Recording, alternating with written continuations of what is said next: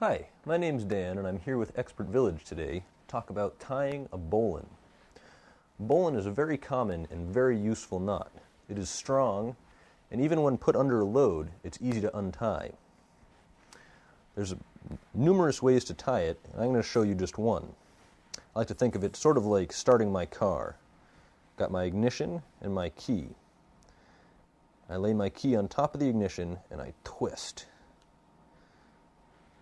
And then I wrap around the back of my line and follow my tail end through the loop. To untie the bowline, we do what's called breaking its back. You just fold the loop forward and the whole knot comes loose. It's an excellent way to make a loop. So right now I'm going to tie it around myself.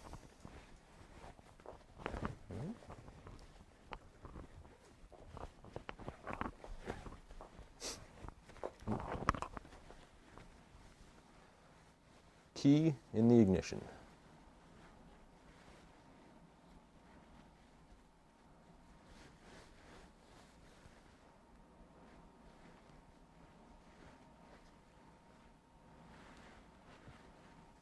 The bowline.